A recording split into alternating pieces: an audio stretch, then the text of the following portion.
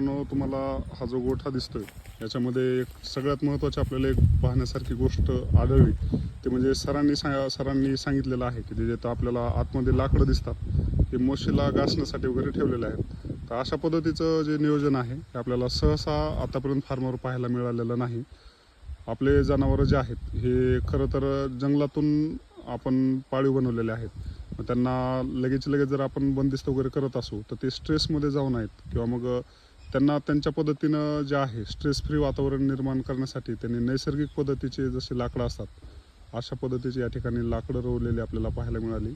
जर तुमचंही प्लॅनिंग असेल गोठा जे आहे अर्धबंदिस्त करण्याचं तर तुम्ही अशा पद्धतीचे लाकडं अवश्य तुमच्या जे अर्धबंदिस्तचा स्पेस आहे त्याच्यामध्ये ठेवू शकता कंपाऊंडमध्ये, जेणेकरून आपल्या जनावरांचा स्ट्रेस रिमूव्ह व्हायला आणि जनावरांना नैसर्गिक वातावरण फील व्हायला मदत होईल. तुम्ही पाहू शकता सगळीकडे वातावरण कसं आहे.